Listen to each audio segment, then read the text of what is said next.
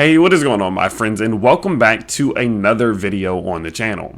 Well, in today's video, we are going over Polkadot as it makes an explosive move through its cup line for this big cup and handle pattern that we've been seeing, leading many people to ask themselves the question, is it too late to buy Polkadot?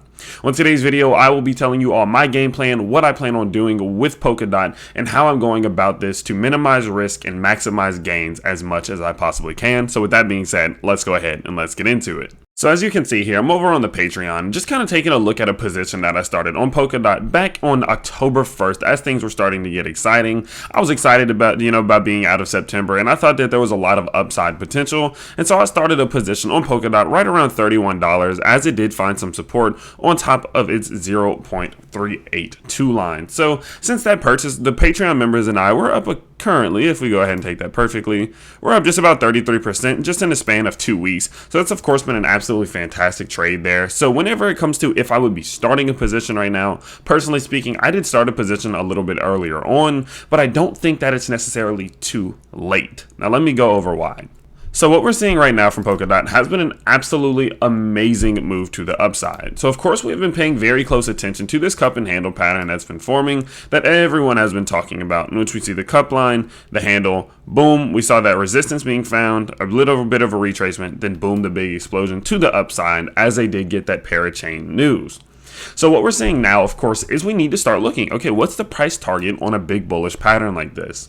So of course what we're going to do is we're going to take just the support that we found all the way back on July 19th, and we're going to take that distance and apply it all the way up to the top of our handle.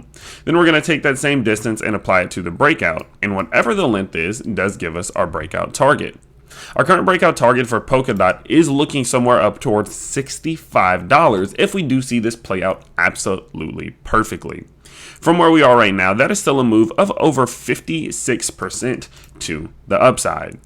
So realistically, if this is going to execute on a full-blown bullish target breakout, and we see some big continuation of the altcoin season, I do think that we can be seeing a $64, $65 Polkadot. So is it too late in the long term? No, I don't believe so, okay? Now, realistically, can this happen? Well, I think considering the fact that we did see Bitcoin dominance breaking out to the downside of this upward trend line that it's been in for quite some time now, honestly, since the beginning of October, I do think that this may be the first sign that altcoins may be starting to catch momentum, and we may be looking at Bitcoin dominance starting to reverse, seeing our altcoins outperforming Bitcoin. So what this means for Polkadot is that this is definitely within the realm of possibility, because if some big altcoin season is triggered from this break of Bitcoin dominance, we could definitely be looking at that big move again to the upside. Now in the short term, what am I expecting to happen, and when would I be trying to get the best possible entry? Well, what we're looking at right now for Polkadot at the moment is still a bit of bearish divergence on the RSI. And now this is just about as clear as it possibly gets, in which we are setting a high here, and then we set a higher high on the price, but on our RSI, we did come back down to set a lower high. And so realistically, until we're able to see this correct itself and we start to see this the RSI and the price working a little bit more in correlation, there is still the risk of seeing a rather large pullback to retest this resistance as support before continuing to the upside, which would allow this to correct itself as well, okay? And so that is something we need to be aware about, but I will say that in the more short term, things are still looking relatively bullish. Now, the reason in which I say that is because we are seeing actual bullish divergence on the RSI and on the chart for the short term. So on the hourly charts, we can see that going from low to low, we're setting some lower lows. But then on our charts, if we go low to low, we're setting higher lows. And so what this is going to be a key indicator of some bullish divergence happening. So what we need to be paying attention to on the Polkadot charts, if you are looking to start a position now that you see the excitement, which I don't always think is to be the best idea, but I know there are people out there who are going to do it. What I would be looking at the moment is a breakout of this bullish, possible, of course, bullish flag in which we are seeing. So what that's going to, of course, look like is that if you take the trend line that is created by drawing from high to high, right? Just like that.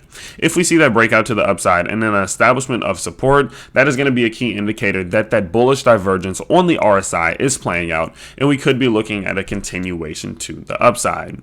Now, of course, just the alternative, if we do see a breakout towards the downside, do expect us to come back down to retest this large line of resistance in which we did create. Let's go back out to the 4 hours, in which we have been creating ever since May. Realistically, do expect that since that was a strong layer of resistance, we could roll all the way back down to it, establish that support, and then we start to work to our top side, okay? Now, realistically, I do think that we will still see that big move to the upside. The reason being is just because the amount of support under us at this point compared to the amount of resistance above us is a very, very strong ratio. So if we just go to our VPVR, just to look at some of these levels, one thing that we can see, let's go out all the way out to the daily charts, is that in terms of, overall resistance and support, we are looking at massive amounts of support below us, with very limited volume support above us, resistance above us, meaning that the amount that is getting traded, the average volume at these levels is really low, okay, in comparison to down here. And so the likelihood is we are more likely to find support at these levels than we are to find resistance at these levels. Of course, there is the psychological level of that all-time high, but at this point, seeing the amount of growth we are seeing, I do think it is still very possible for us to see that big move out past that all-time high, especially as we do approach the middle of November, okay? And so personally speaking, I would be playing this thing pretty safe at this point. After seeing such a big move to the upside, seeing a big correction is not uncommon, and so I would definitely be playing it somewhat safe. Now, if you're just like, you know what, I don't care, YOLO, I'm gonna just throw money in, the way that I would play that case scenario is by setting a stop loss below $33. And now the reason I say $33 is of course based off of two things. First and foremost, we're going to be looking at our Fibonacci resistance and support. So we're going to go swing high from this high, our most recent swing high, down to that swing low.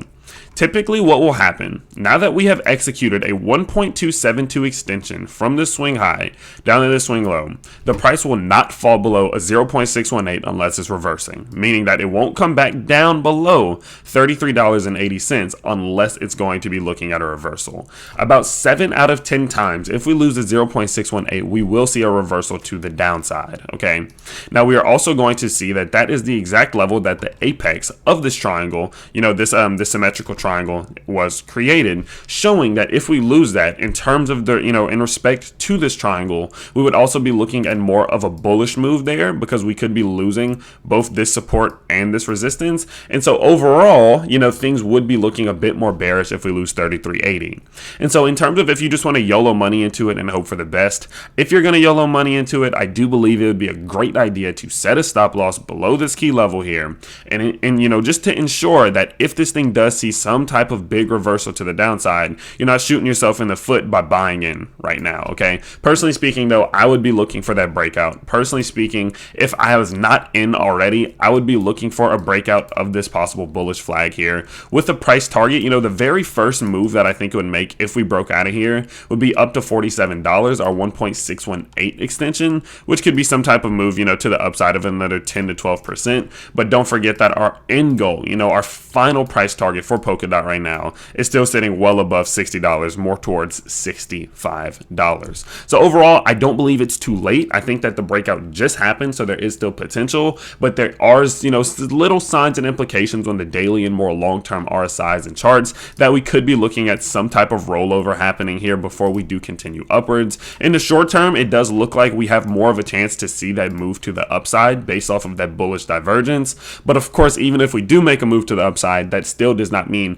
we might not come back down to retest that key level of support provided by our cup line here, okay? So just be very careful. If you're going to be buying right now and FOMOing in kind of in a way, it's pretty much FOMO if you're buying at this point, do be very, very careful that you're not just YOLO buying in with no strategy. Set your strategy, set your plan. These are the plans that I have. And of course, whenever a move does happen, when something important does happen, when we break structure here, of course, I will be one of the first ones to let you know. So do make sure you don't miss that update by subscribing to the channel and turning on all notifications so you never miss a beat. Also, if you are looking to get in on the trades in which I do and see my portfolios and get updates on all of the cryptos I go over, such as DOT, Chainlink, Algo, VET, Uni, Shiba, ADA, Bitcoin, Cody, Avalanche, XRP, BNB, and much more, go down to the link in the description below. Go check out the Patreon because that is where it's all provided. But with that being said, of course, I will see you all very soon in the next video. I hope you all did enjoy. Peace.